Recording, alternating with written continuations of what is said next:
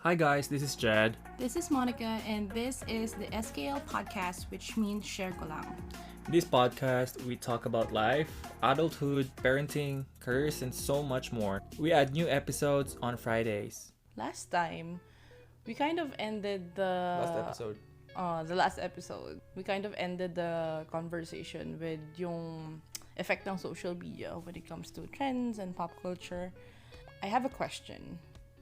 Do you think babad ka sa social media? Depends. What do you mean? Depends on the day and time. Sige nga. Elaborate. Gusto mong routine ko. Sige nga. Kasi syempre nag-work ako ng Monday to Thursday morning until afternoon, hapon. And then syempre wala akong time para hawakan yung phone ko. Oh yeah. So, nagluto ako, tapos mag-drive. So, lagi lang nasa bulsa ko yun. So, yun yung mga times na talagang wala, hindi mo mapapansin yung social media nun. And then, sa gabi, yun na, pampa-wind down, pampa-antok. Merong in-escape. Hindi, sige, in the morning. Gaano katagal sa morning? Saan? Hindi, kapag me time ko kasi yun. Actually, ang dami ko napapakinggang stories ng couple. Hindi lang ako. Alam ko naman. Hindi lang ako. Gusto ko lang aminin mo na pati ikaw. Bakit daw ang tagal ng mga guys sa CR? Yes. Morning. 30 minutes is not. No, hindi ka lang 30 minutes. 30 minutes ako. 30 minutes na opo, 30 minutes na ligo. Ang dami ko nang nagagawa. Napapakain ko na yung anak natin. Naluto ko na yung almusal mo, yung baon, or yung kape natin. Siguro napaka-peaceful sa bathroom. Dun na. Pero, in terms of babad, that's not babad for me sa social media pagka ganun. Okay. Ang babad is talagang nakahiga ka. Tapos, Acceptable. Hours. So, hindi ba bad yung naka-social media ka, nakahiga ka na, tapos babagsak na lang sa mukha mo kasi humihilig ka na? Hindi, pinag-uusapan natin sa babad kanina is pag nasa bathroom ka. Di ba? Okay. Hindi babad yun for me. Kaya nga kunento ko sa'yo kung ano yung routine ko. Kaya sinabi ko rin na depends sa day and time. Okay. Hindi ba naman sinabing no and yes? Yeah, It depends. Okay. It depends. I like that answer. Very honest. Yeah. Lalo na pag gabi. Di ba? Kapag hindi mo for me, hindi ko mapigilan talaga. Lalo na kapag sabihin natin, napatulog na si baby. Tapos, time mo na. Nakapikit ka lang, madilim. Tapos, ang dami pang tumatakbo sa isip mo, di ba? Yeah. So, might as well ako. So, scroll lang ako ng scroll. TikTok, Instagram, FB, di ba? Tapos, siguro kasi nung bata ako, nasanay ako. Siyempre, wala pa dating social media. Wala pa. TV talaga. TV. Tapos hanggat sa makakatulugan ko or gusto ko lang may naririnig kahit hindi ko siya pinapanood. So, ngayon, na-translate ko into social media na minsan, scroll lang ako ng scroll kahit napakawalang kwenta. Scroll lang ako hanggang sa bumabagsak na yung phone ko sa mukha ko dahil nakakatulugan ko na. So, in short, pampatulog ko siya sa gabi. Ayun ko sa Tapos, depende naman yan pagka day off. Siyempre, wala ka nang gagawin. So, maghapon, yun, doon na ako babad. Kapag sa weekend. Depende. Pero pag may lakad, siyempre, hindi ka na rin mababad. Usually, pag day off mo, tapos sobrang chill ka lang, tapos wala kang lakad, wala kang any errands to do. I think dun ako nakakababad. Ikaw, babad ka talaga. Makapagsalita. As in, babad ka 24/7. Hindi, because, sige, sabihin natin, babad ka in terms of, kasi sa work mo, and you need to, watch kung anong trends or whatever. Kaya talagang babad ka. Hindi nga din eh. Ikaw? Well, the thing is for me, so like what you said, syempre work-related. But I keep my hours. Hindi ko alam kung nanonotice mo siya. Kasi, basically, babad ako sa social media during the day pag wala kayo ni baby dito. Dahil, syempre, I make content. Ang dami kong different platforms to make content for. And then, after that, kailangan ko pang paghandaan yung future content. So, kailangan ko din talaga mag-check sa social media ng mga trends. And then, after that, I just make sure na yung time is tapos na ako bago dumating si baby. Hindi lang yun hindi lang din social media Sometimes, akala mo social media, but actually, it's more on the other sides of the internet. Like, yung online shop ko, may website ako. So, kailangan kong i-update, kailangan kong ayos ng mga settings ko sa website. So, just because I'm online, hindi ibig sabihin naka-Instagram or Facebook or YouTube ako. May mga iba pa akong ginagawa dyan. But, my main point is dapat tapos na ako bago dumating si Theo from school. Kasi as much as possible, gusto kong, like, hindi niya ako makitang nasa phone palagi. Like, gusto ko kalaro niya ako or kung kailangan yung attention ko, talagang mabibigay ko ng full.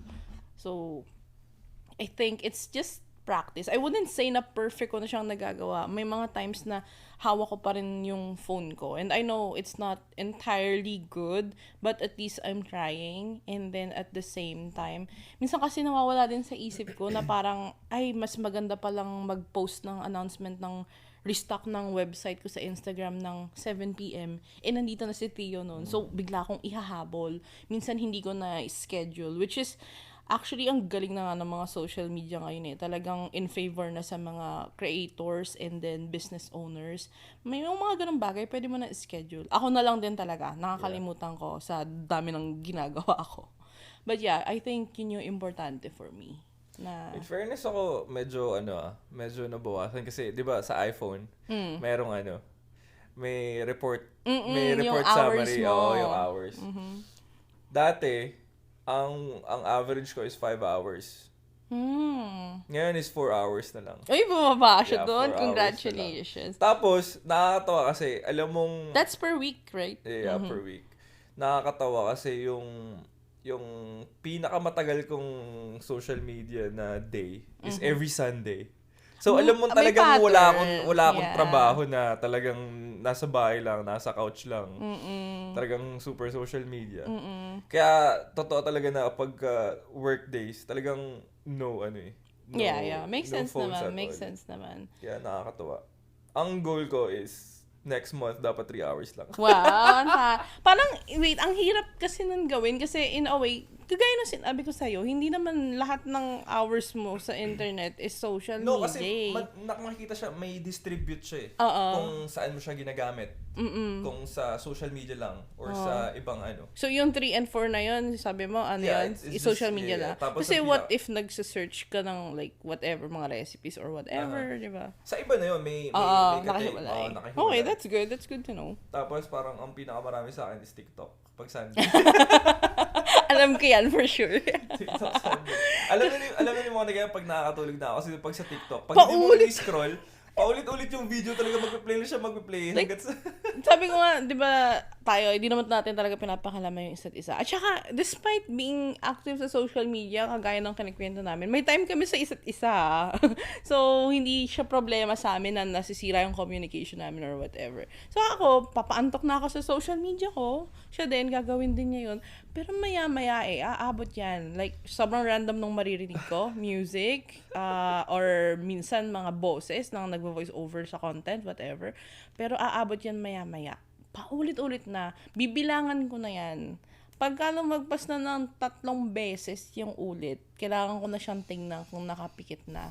Pero sometimes naman may giveaway kasi humihilik na rin.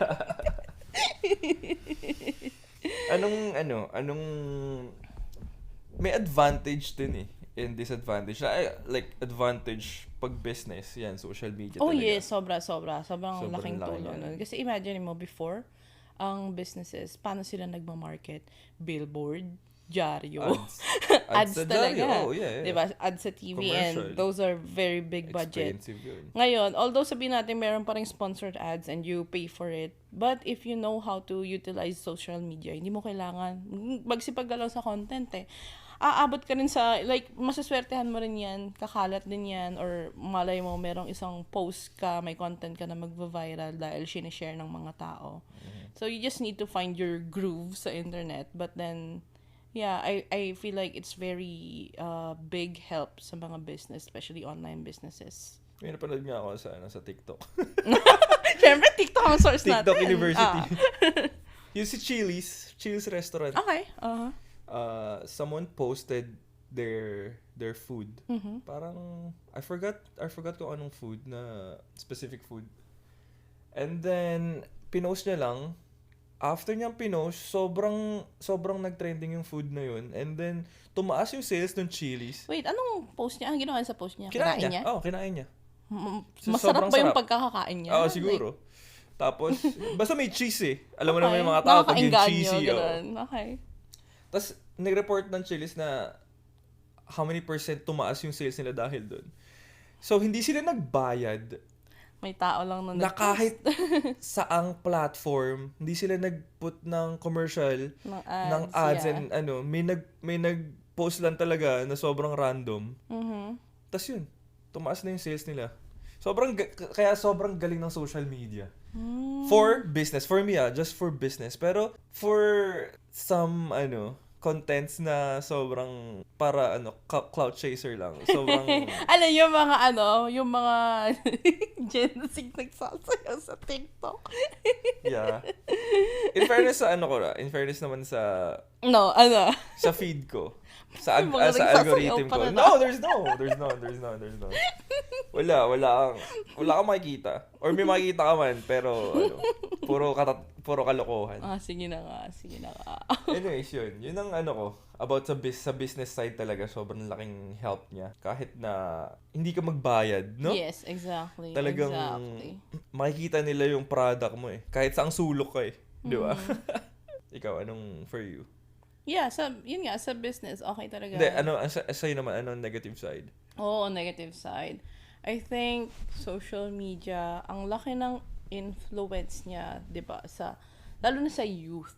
Mm-hmm. I would say kasi yung mga medyo mas matanda, I think, hindi ko nga alam kung ano ba yung matanda. But let's say yung mas may isip na, parang kaya naman nilang ignore yung mga nakikita nila sa social media. Pero yung mga bata kasi hindi. So, diyan nagsistart yung, let's say, yung inggit.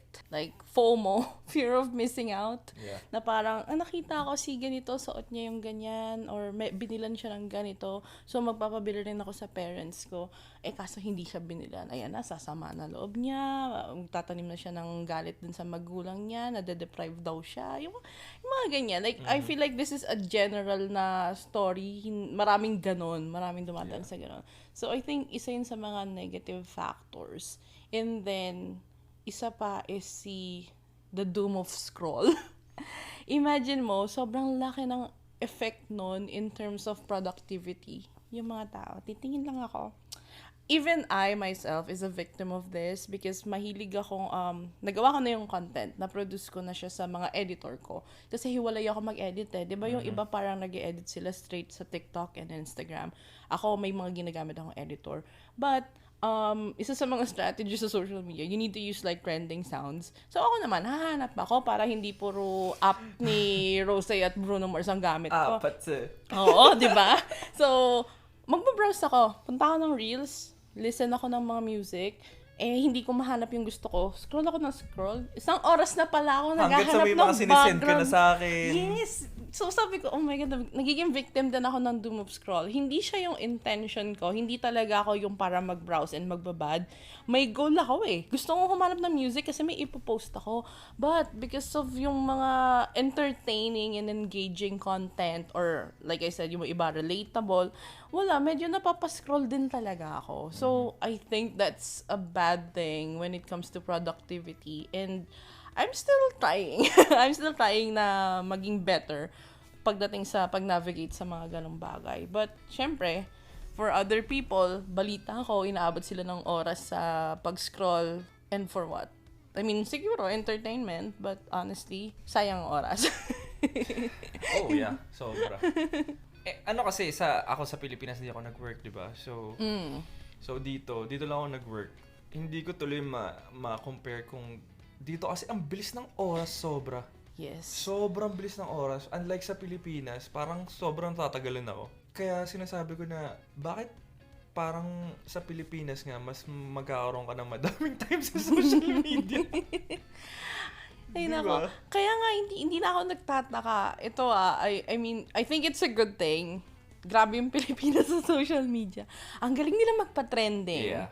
I think it's a good thing kung mapupunta sa tamang paraan. Kaya nga pumupunta doon yung mga content creator na taga-ibang bansa. Kasi kapag nag-trend sila doon, talagang patok sila eh. Ito hindi ko alam kung nakita ko lang ba or narinig ko somewhere. Hindi super, netong, hindi 100% tong information ko. Pero I swear, narinig ko to somewhere. Sabi mo lang sa TikTok. So, hindi ako TikToker, okay? Hindi ako mahilig sa TikTok. But, sabi nila, alam mo ba yung mga K-pop? Kaya daw nagte-trending, hindi dahil sa Koreans, dahil sa Filipinos. Yeah, for sure. And that's wild. I was like, grabe, sobrang, di ba, yung mga K-pop, it's everywhere na. Pati yung mga ibang lahi, sinasayaw nila kahit di nila maintindihan. And it's because it's super trending. Sabi ko, sana makita kong ganyan yung mga OPM natin, no? P-pop. Like P-pop. I mean, Beanie is there. Getting there. But, iba yung kanila. So, that's all because of social media. And, ewan ko nga kung totoo, kung sobrang 100% true. Pero sabi nila, ang laking factor daw ng Filipinos sa social media na magpa-trending. I think, sa TikTok or even sa yung Twitter na X na ngayon. Grabe daw sila ng hashtag dyan. Lahat daw ng mga pinapa-hashtag ng mga artista or gagawin daw talaga ng mga Pinoy. Wala, magaling ang Pinoy sa Ako, number 1, magaling talaga sa kalokohan. Kaya kaya nag-trending. Doon lang magsisimula yun. Sa puro kalokohan. Doon nahasa yung Pilipinas sa mga Pilipino sa pag-trending sa kalokohan. Maraming Pilipinong witty. Yeah, yun nga Grabe. Sobrang galing nila. Kaya minsan, kapag pumupunta ka sa ibang bansa, doon ka pa nagkakaroon ng break eh. Kapag pag-witty ka sa Pinas. Tapos, That's true. I feel like mo dito. yung mga Pilipino, like, I wouldn't say all. Siyempre, hindi naman natin alam kung anong trip ng iba. Pero maraming Pilipino na pag nag-content creator, magiging successful. Sobra. Sabi ko nga, minsan pa nagkikwento kami ni Monica, yung mga dating ginagawa namin ng mga kaibigan ko, kung meron lang kaming malinaw na phone nun, and kung alam lang din namin yung mga upload. Siguro ngayon, mga na rin kami, sikat na rin kami. Anong tawag sa inyo ngayon ng mga tropa mo? Ng mga, Parang Call TV, no? Yung mga team palasing. Pero pwede. Pag napapanood ko nga sila Kong, hindi ko naman alam yan before eh. Kasi iba mga pinapag sa YouTube, mga makeup and tech or whatever. Pero nung naging magkasama tayo, so doon ko sila napanood. Pag nakikita ko silang kung ano-anong pinagagawa sa YouTube, sabi ko talaga kay Jed, alam mo, pwede mo silang maging tropa. Parang napaka-natural ng magiging mga banatan nyo. Wala kasi Pilipino rin kasi, ayun nga, sa sobrang witty nila, nagagawa nilang sobrang dami na lang pwedeng gawin na. Nagiging funny lahat ng bagay. Nagiging entertaining. Yeah, mga bagay-bagay. Nakakatuwa. Well, that's a good thing. Kasi, pakikita mo talaga ng mga Pilipino. Laging masaya. Yeah. Pero, doon mo rin makikita na sobrang daming bashers. As in, sobrang daming bashers. Yeah. Di ba? Well, yeah. Isa pa yan ang negative sa social media. Yeah, yung mga parang pag may hindi masaya sa nakita sa'yo. Or minsan nga yung iba, hindi naman sa wala ka naman ginagawang masama. Talagang, I don't know, inggit lang or negative lang silang tao or wala lang, bored lang sila. Kaya nga, di ba, may mga troll account na wala, gusto lang nilang mang bad trip ng tao. So, nasa iyo na lang din yan if you know how to handle those things. Ako dumaan ako sa point na maliit na bagay, like simple comment, affected ako. I think dati pa nung mas bata-bata pa ako, and dahil nga nagko-content ako, especially for gaming, grabe yun. Kasi dun sa, hindi siya social media platform, but there's this metaverse platform in a way until now, talagang big ako doon. I-share ko na lang ng konti. But like, I have 1.2 million followers sa platform na yon. And ako yung number 1 creator na achieve nung mark na yon. So, when I was starting there, ang daming bashers ng mga pinaggagawa ko. And dahil, syempre, nung time na yun, nasa Philippines pa ako, tas hindi kita kasama, tas alam mo yun, parang ang lonely. Na-depress talaga ako pag may haters ako. And then, looking back ngayon, na parang, ba't ako umiyak nun? Hindi ko naman kilala tong nag-comment na to, 'di ba? So, I hope sana, yung mga taong nagbababad ngayon sa social media, dahil once you start posting, there's a chance na magkakaroon ka ng trolls or haters. Sana kaya nilang i-manage yung emotions nila. And like, there's a very easy way to get rid of them. May block button tayo sa mga social media ngayon. Just do it. Hindi ka mawalan ka ng isa or ilang follower kung yun naman naka-follow lang sa'yo para mang troll. Even yung mga content creator na wala namang ginagawa, no? I don't get it. Talagang meron lang talagang tao na madaming time para sa mga negative things in life. Yeah, they just want to spread negativity. So I think yun yung mga bad things, mga things na hindi ko gusto when it comes to social media. And I'm trying my best. Like, ako until now, nasa isip ko lang to na parang ayoko mag-social media ng maaga yung anak ko. Siyempre, parang feeling ko naman lahat ng parents iniisip yon. But honestly, by the end of the day, how do you navigate on that parang part? Like, paano? Hindi natin masasabi kasi... Paano mapipigilan lalo pag nasa school na, pag may friends siya, di ba? Yeah, it's one thing what he sees at home, which yung sinabi nga natin na tinatry naman natin huwag magbabad sa social media pag nandiyan siya. But what if yung nasa labas siya na with friends, paano kung as early as, I don't know, baka 8 years old, 9 years old, yung mga friends niya may phone na. For sure. Diba? Hindi natin alam kung anong ire-react natin pag nagtanong na siya na, Mommy, Daddy, ba't wala akong phone? Hindi ko alam ang sasabihin ko. Until now, I'm not ready for that. Feeling nga pag dumating na yung point na yun, doon mo lang masasabi. Yeah, doon mo lang masasabi na, miss ko ako, pag tinanong mo. I don't know. Yeah. And I know it's ironic because I work in the tech industry. Ako, ang bata ko humarap sa computer. Ang bata ko natutong mag-code. But maybe that's just my personality. Na may hilig ako doon. So, parang napunta naman sa good yung pagiging babad ko sa social media and computer in general. Even games. 'Di ba? Pero, hindi natin masasabi. Will it be good or bad for the future kids, for Theo? Pwede, paggamit mo siya ng Friendster muna. Friendster na muna, no? Oo, Friendster muna. Wala muna mga TikTok. Tapos, baka ma-realize niya, hindi naman pala nakaka-enjoy ito, hindi na ako mag-social media. Grabe din yung Friendster dati, no? Parang everyone's in Friendster and big deal yun pag maganda yung profile mo. Alam mo ba? Sa akin, dice May mga effect ka ba sa Friendster before? Yung pag in-scroll mo, tapos may dice.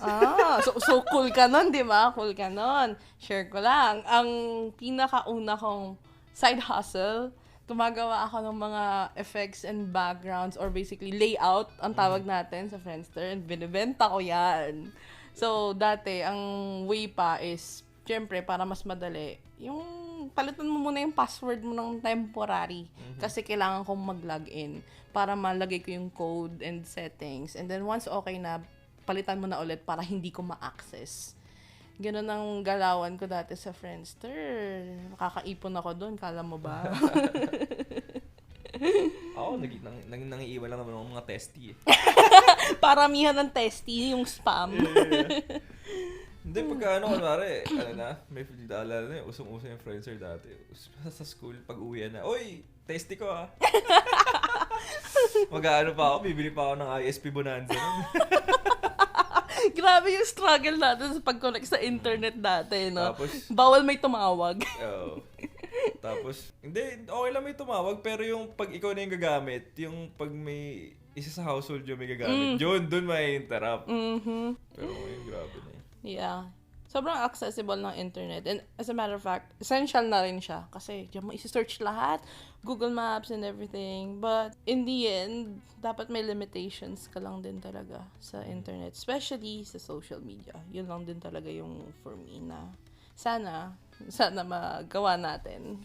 Ako nga nagawa. Kaya kayo galing guys. Ano yun yung check nyo yung weekly report ng iPhone nyo. Tapos gawin yung goal na kung mataas bawasan nyo ng goal yun ng an hour, ng less hour. So tingin mo, anong ways para mabawasan ng hours ng tao sa social media? Make yourself busy. That's it. Mm-hmm. Just make yourself busy. Yeah. Kasi kung hindi ka busy, ayun lang gagawin mo eh. Diba? Ako siguro, yeah, you're right. Find your, para make yourself busy. But not in a sense na yung like trabaho or whatever. I would say hobbies, sports, lumabas ka, mamasyal ka. Hindi naman lahat ng bagay kailangan gumastos. Canada, napakaganda ng outdoor scene dito. Not soon. Lalamig na. Yeah, walk outside. Yeah. Makes sense. So, yeah, I agree. Kasi ako, for me, yun nga yung nakakatulong sa akin ngayon eh. Na pag nandiyan na si Tio, maglalaro kami, lalabas kami, magwa-walk kami dyan sa labas lang ng neighborhood. So, okay yun. Nakakatulong sa pagbawas sa social media. And it's really still refreshing. Like, by the end of the day, mas masarap makipag-connect sa tao in person than offline. Mm-hmm. That's just my take when it comes to like social media. Yeah. Take it easy, guys, on social media. That's it. All right. Peace.